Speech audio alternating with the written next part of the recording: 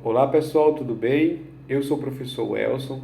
Essa é a nossa segunda e última aula da disciplina Educação Infantil e o Desenvolvimento da Criança.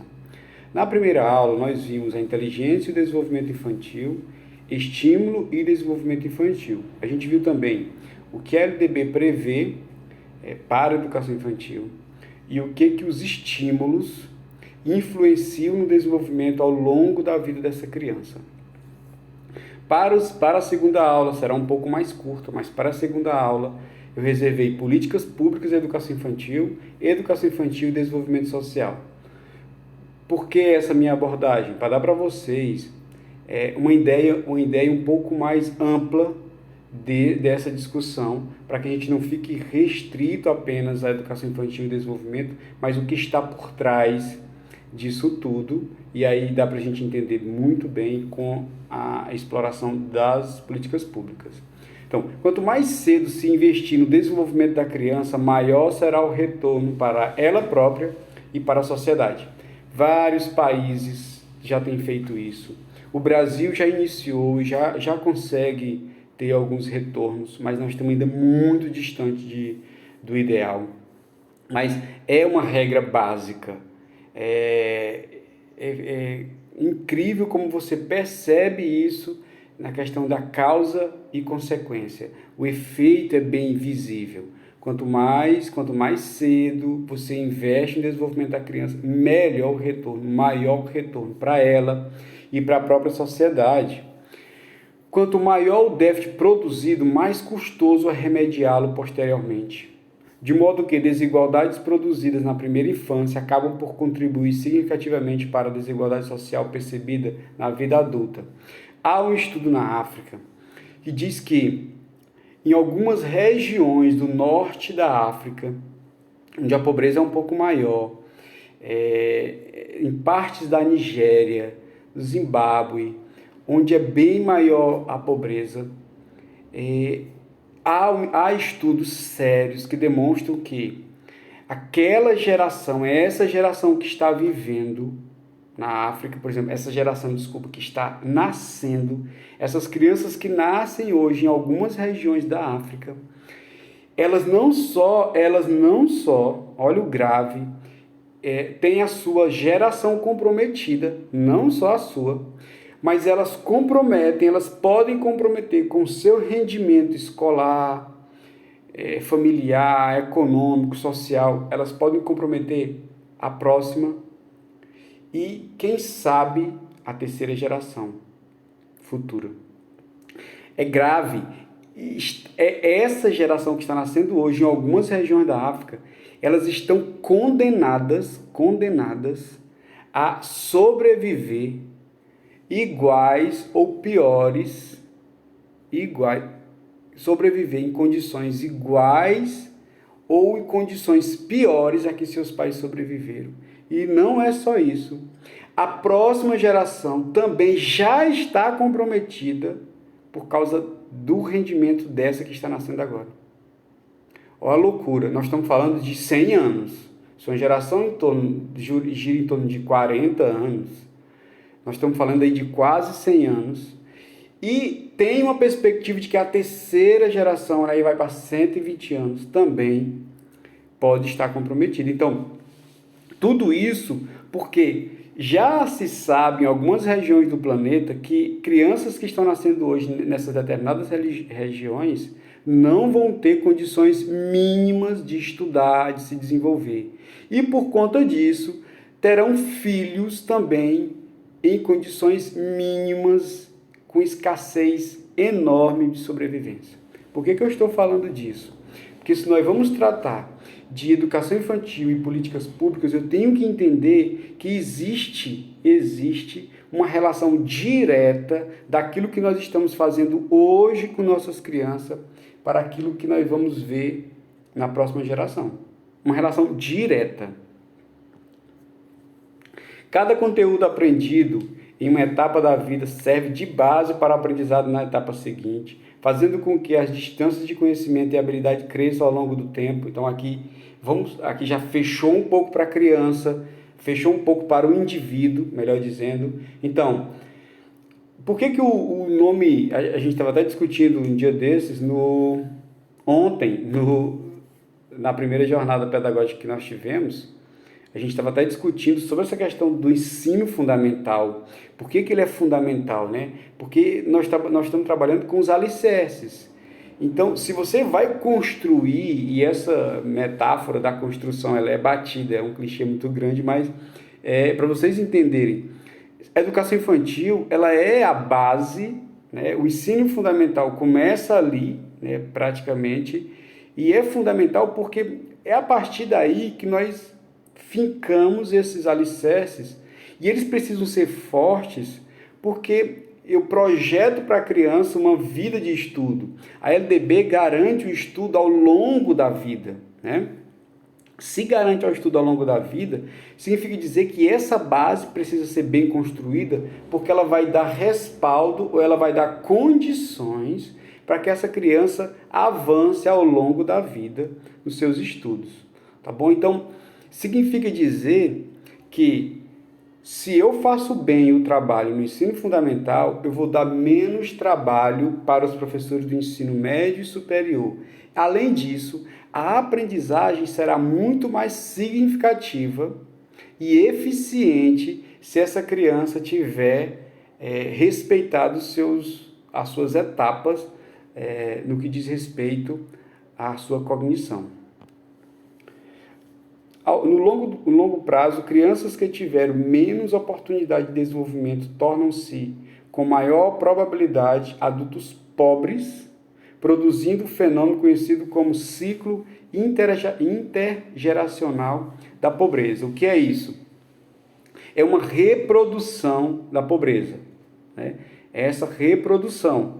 Por quê? Porque eu tenho pais pobres que não tiveram acesso à educação, e tenho acesso a uma educação de péssima qualidade, ou eu tenho um desenvolvimento, estímulos para o meu desenvolvimento, ou oportunidade de desenvolvimento aquém daquela exigida para o ambiente no qual eu vou conviver com outras pessoas, competindo comigo, com outras pessoas querendo os mesmos objetivos, e eu vou ter dificuldades de ascender economicamente na vida, socialmente na vida, quando eu tenho dificuldades no meu desenvolvimento. Tudo bem? Então, vamos aqui falar de algo muito simples, concurso público. Aqui no Brasil, a nossa economia ainda é uma economia de um país emergente.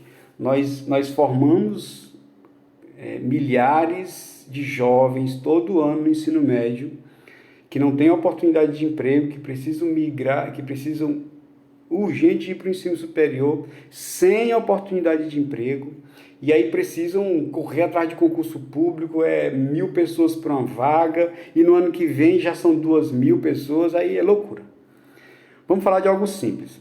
Dificuldades simples que você tem com português e matemática para fazer um concurso, por mais simples que seja, essas dificuldades elas foram adquiridas ou não foram bem resolvidas lá na educação infantil e ensino fundamental. E que isso vai repercutir quando você quiser encontrar um emprego, né?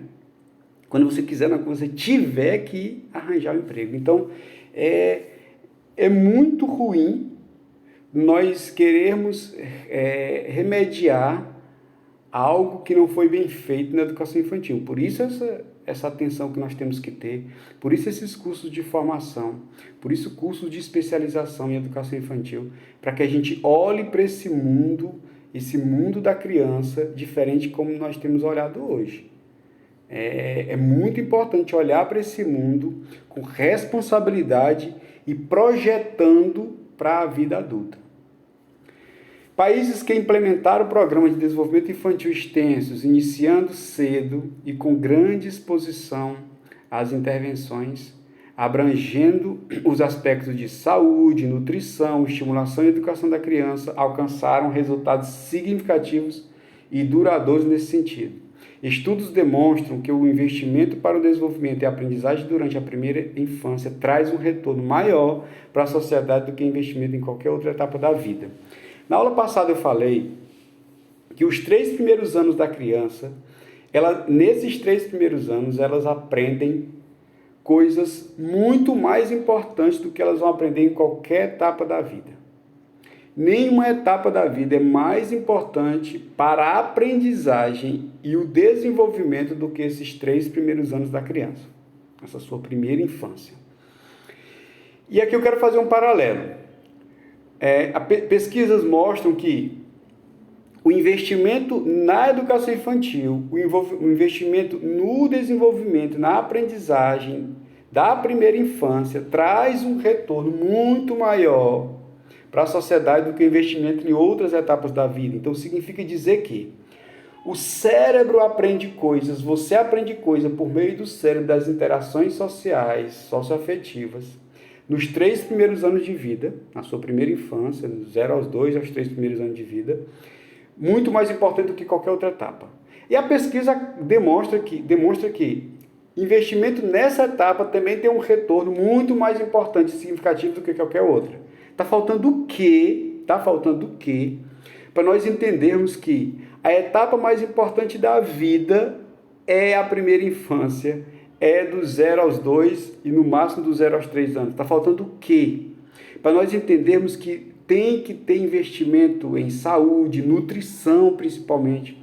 Crianças que sofrem de subnutrição nessa idade terão vários neurônios, várias células prejudicadas para o resto da vida. Não dá para recuperar vários neurônios que se perderam, várias sinapses que se perderam na primeira infância. Não dá para recuperar em outra etapa da vida. Eu posso, no máximo, remediar isso. Então, é muito necessário nós olharmos para isso, nós olharmos para esse mundo. E o que eu posso fazer, professor? Eu, enquanto professor da educação infantil, eu posso mudar o meu olhar. Eu posso olhar já com essa perspectiva de futuro. Eu, como pai, devo mudar meu olhar. Eu, como cidadão, devo olhar para as políticas públicas que estão voltadas para esse nicho e estimular que elas se desenvolvam, estimular que elas aumentem, cobrar mais das pessoas, cobrar mais do meu vereador na minha cidade, do prefeito que eu elegi ou que outros elegeram, mas que é o prefeito, cobrar mais, incentivar os pais a participarem mais da vida dos seus filhos, por mais difícil que seja, mas um estímulo qualquer já faz toda a diferença. Políticas públicas voltadas para a melhoria da saúde materno-infantil, desde o início da gestação e durante toda a infância, o meio onde a criança está inserida tem grande influência em seu desenvolvimento cognitivo, social e emocional. Então, assim, quando começa o estímulo positivo para a criança? Na gestação, já. Na gestação da mãe, a mulher descobriu que está grávida, precisa mudar a alimentação, pré-natal, não ter um ambiente desfavorável do ponto de vista emocional. Então, tudo isso tem que colaborar. Professor, mas o governo vai dar conta de tudo isso? Nós temos políticas públicas de preservação de ambiente familiar, nós temos políticas públicas de cuidado com a maternidade, nós temos políticas públicas de planejamento familiar, que é muito importante, para que não venha filhos que não sejam naquele momento desejados. Não tem filho indesejado, não existe isso, mas filhos que naquele momento não era o momento certo dele vir. Professor, mas todo mundo nasce sim, tudo bem, mas você pode planejar, você consegue fazer isso. Então, as políticas públicas têm esse papel, mas nós também temos a nossa responsabilidade. Para que a criança desenvolva sua capacidade ótima, isto é, possa atingir as melhores condições de seu desempenho, o contexto em que ela se encontra deve ser saudável e estimulante. Famílias desestruturadas, com adultos ausentes, deprimidos, agressivos ou dependentes de drogas, em situação de pobreza, com alimentação deficiente, condições precárias de saneamento e higiene, ou que vivem em comunidades violentas, são exemplos de contexto de vulnerabilidade. Não preciso ter tudo isso para essa criança estar em vulnerabilidade. Vários fatores podem levar a criança a estar em vulnerabilidade social e precisa de uma intervenção governamental. A renda baixa e a escolaridade precária dos pais tem repercussões sobre o desenvolvimento da criança. Professor, isso não é muito mercenário? Não. Isso é fato. Nós vivemos num país, num mundo capitalista, praticamente 0,2% do mundo é socialista e comunista. Mas 99,8% do mundo é comunista. É capitalista. Já foi quase a metade comunista, viu? Mas o mundo hoje ele é capitalista. O que significa capitalismo, professor? Significa dizer, a grosso modo, que o dinheiro compra coisas e que o dinheiro compra coisas necessárias e supérfluas. Isso é o que você faz com o seu dinheiro. E quanto mais baixa a renda de uma família, projeta-se que pior será o desenvolvimento dessa criança. Porque ela vai viver num ambiente que eu já vivi num ambiente assim. Hoje eu sou pobre, mas eu já fui muito mais pobre do que eu sou hoje. Eu já vivi num ambiente onde meus pais não brigavam, minha mãe não discutia com meu pai, nunca vi xingamento, meu pai não era alcoólatra, nada, não tinha drogas, mas tinha muita pobreza. Mas faltava muita coisa, faltava às vezes o básico. E essa falta atinge sim o desenvolvimento cognitivo, porque você não tem uma alimentação suficiente, você não passa fome, mas você não tem uma alimentação suficiente, e mais do que isso, você tem a preocupação que não é daquela idade, que não é para ser daquela idade. Então, assim, a casa acaba sendo atingida por uma atmosfera de negatividade, de tá faltando isso, tá faltando aquilo, e aí, como é que a gente faz? Vende isso para comprar aquilo. Então, e olha que eu não era o mais vulnerável da minha cidade. Eu tinha vizinhos que passavam 2, 3 casas que viviam situações muito piores do que a minha, mas muito piores mesmo. Então, e que tiveram um desenvolvimento piores do que o meu, né? E professor, foi por causa disso? Não é só uma coisa. Estou dizendo que aquele ambiente de vulnerabilidade gera problemas que vão acarretar no desenvolvimento da criança. Desenvolvimento cognitivo, emocional, social, cultural e escolar também. Pesquisas mostram a importância da infraestrutura da saúde pública para melhorias na saúde infantil observadas ao longo das últimas décadas. Exatamente. A melhora significativa nas políticas públicas de saneamento, a implantação e aprimoramento de extensos programas assistenciais e o aumento dos níveis educacionais e de renda levaram a uma considerável redução dos índices de desnutrição e de mortalidade infantil. No Brasil, nós tínhamos um índice de desnutrição e mortalidade infantil assustador. No Piauí, estado de onde eu sou, nós tínhamos o maior índice, na década de 80 e 90, nós tínhamos o maior índice de mortalidade infantil do Brasil, um dos maiores do mundo. Os índices de mortalidade infantil do Piauí, de Alagoas, salvo engano, eram bem parecidos com o índice de mortalidade infantil da África, de lugares muito pobres da África.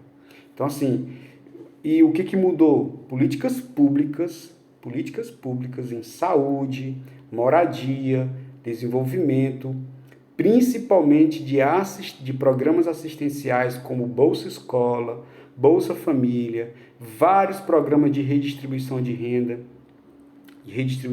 distribuição de renda, redistribuição é um pouco mais grave, né? Nós temos hoje, durante a pandemia, a gente teve vários programas assistenciais que que salvaram empregos e a vida de várias pessoas, de várias crianças. Nós tivemos erros, claro, sim, nós tivemos erros no Fernando Henrique Cardoso, vou começar com Bolsa Família, Bolsa Escola. Nós tivemos erro no Lula, na Dilma, no Temer, no Bolsonaro. Tivemos erros em todos eles e tivemos acertos em todos eles. Aqui não é o momento de eu dizer quem for o melhor, quem for o pior. Eu só estou dizendo que ao longo desse tempo, a partir da Constituição de 88, nós tivemos programas sociais que não foram suficientes, mas que foram de suma importância para que diminuísse o índice de mortalidade infantil e desnutrição, que já resolveu bastante resolveu esses dois problemas e que precisamos agora focar, então, essas crianças que sobreviveram, que não estão desnutridas, elas estão aprendendo? Como é que está o seu ambiente familiar? Está favorável à aprendizagem?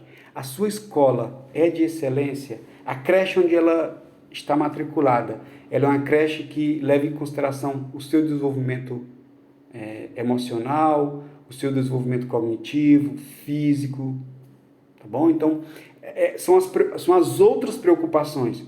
A gente já venceu esse problema da mortalidade infantil? Acredito que sim. A gente está vencendo o problema da desnutrição? Acredito que sim. Pós-pandemia, nós tivemos várias pessoas que voltaram para abaixo da linha da pobreza, estão sofrendo de novo com essa desnutrição.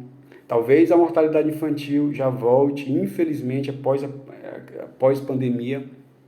Mas nós temos programas que vão atender tudo isso. E esses programas, eles são, de certa forma, garantidos por lei. Então, independentemente de qualquer presidente que venha assumir, nós temos programas assistenciais que funcionam no Brasil.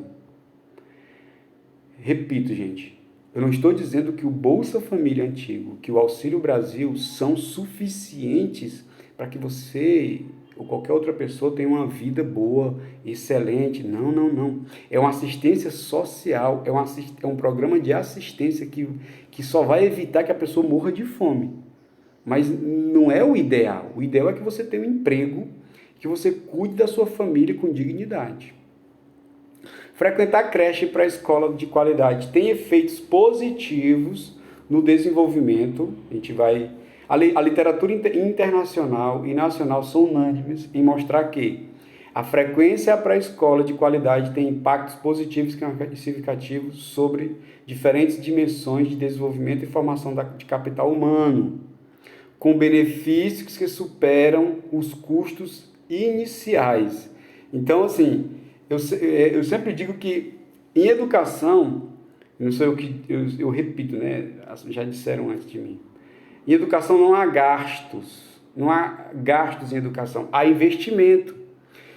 E principalmente em educação infantil, você vê esse investimento a cada real que você investe ali, você colhe muito mais na frente, através de emprego, renda, saúde, educação, tudo isso é resgatado lá na frente. Contribui para a formação de adultos mais saudáveis, com maior escolaridade, que acabei de dizer, empregabilidade, qualidade de vida e, portanto, com melhores condições de exercer sua cidadania e contribuir para avanços sociais. Então, investir em educação infantil é o melhor investimento que um país pode fazer. Você também. A qualidade no atendimento pode ser conferida por uma série de fatores como profissionais com bom nível de informação, atentos e responsivos às necessidades da criança e engajados em promover o desenvolvimento infantil integral. A evidência de desigualdades no acesso à educação infantil de qualidade e na oferta da educação infantil entre os diferentes estados brasileiros, entre as zonas rurais e urbanas e para grupos de renda e étnico-raciais diversos, sendo essas diferenças maiores na creche do que na pré-escola. Então, nós temos vários Brasis. Nós não temos só um Brasil. Nós temos vários. Nós temos o Brasil rural, o Brasil urbano, o Brasil pobre, o Brasil rico, o Brasil por regiões, o Brasil do Nordeste, o Brasil do Sul. Cada lugar desse tem uma diferença com relação ao acesso principalmente a pré-escola, principalmente a creche. Crianças que crescem em ambientes desfavoráveis, expostas aos fatores de risco previamente mencionados, tendem a se beneficiar ainda mais de educação infantil. Eu quis registrar isso aqui por quê? A educação infantil, ela é importante para toda criança. Para toda criança ela é importante. Mas ela é muito mais importante para a criança pobre. Porque uma criança pobre, ela vem de uma realidade onde tem, como a gente já viu na aula passada, tem pouco estímulo, os pais têm pouco tempo com a criança, uma formação que às vezes, ela não é a ideal. Então, estímulos linguísticos, estímulos verbais muito aquém do que essas crianças precisam. Então, a escola infantil, a educação infantil, ela se torna talvez a única saída, o único meio de ascensão dessa criança.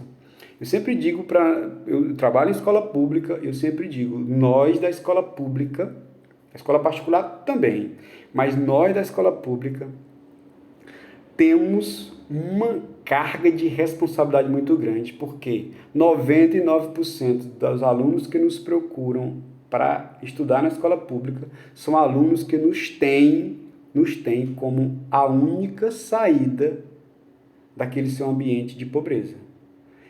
Tem na escola a única saída, nós somos a única. Fora da escola não tem saída para a pobreza.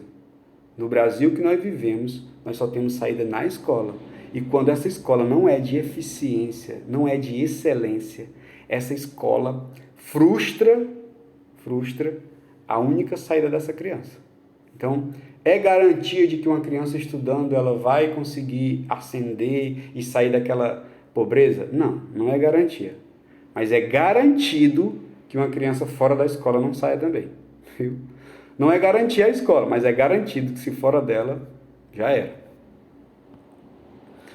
É necessário que se faça uma mensuração, avaliação e diagnóstico de políticas públicas. A ausência de avaliação é preocupante, uma vez que instituições de baixa qualidade podem prejudicar o desenvolvimento da criança, e é evidência de que a qualidade de nossas escolas infantis não seja particularmente elevada. Então, se eu não tenho um mecanismo de aferir a qualidade dessas escolas, significa dizer que eu posso ter por anos, por décadas, escolas ruins, recebendo essas crianças que eu acabei de dizer, que talvez seja o único meio de ascensão social. Eu posso ter escolas prejudicando o desenvolvimento dessas crianças e não saber. A falta de uma dinâmica consistente de implementação, avaliação e divulgação dos resultados das intervenções atrasa o avanço dessa área de fundamental importância no progresso do país. Eu já tenho, claro, Provinha Brasil, eu tenho vários mecanismos que aferem, o Enem também lá na frente afere, o ENAD, mas eu preciso ter mecanismos mais voltados para a educação infantil, mecanismos mais dinâmicos para eu poder entender sobre a qualidade. A implementação, avaliação e monitoramento de programas de qualidade são cruciais na busca de efeitos duradouros e satisfatórios, permitindo ampliar e aprimorar os programas que se mostrarem mais eficientes e interromper ou reestruturar os que não estiverem funcionando adequadamente. Indicadores a respeito de motricidade, comunicação, desenvolvimento socioemocional e cognitivo, coletados regularmente em escala nacional, permitiriam identificar a magnitude e localização de crianças com eventuais déficits, auxiliando no desenho de políticas voltadas à prevenção e correção desses déficits. O governo precisa ter uma ferramenta para identificar, para monitorar, para a partir daí eu ter políticas públicas mais eficientes, políticas públicas que atinjam o problema e não só aquelas políticas que são idealizadas num Brasil que idealizam lá em Brasília. O Brasil ele é muito mais dinâmico, ele é muito mais complexo do que aquele que nós achamos que conhecemos. Políticas públicas para a promoção do desenvolvimento infantil devem ter ampla atuação intersetorial envolvendo saúde, educação, assistência social e econômica. Eu iniciei essa disciplina na aula passada, falando sobre educação infantil e a LDB, dizendo que a LDB garante que a educação infantil trabalhe a criança na sua integralidade, tá? Trabalhe a criança como um ser complexo que é e de forma integral, né? Então, e nós terminamos essa disciplina, agora nessa aula, falando sobre as políticas públicas que precisam ser intersetoriais. Essa política precisa ser intersetorial, envolvendo saúde, educação, assistência social e econômica. Bom, é para demonstrar para vocês que política pública tem tudo a ver com o desenvolvimento infantil, tudo bem? E na educação infantil. Muito obrigado a todos. Encerramos por aqui e até a próxima, se Deus quiser.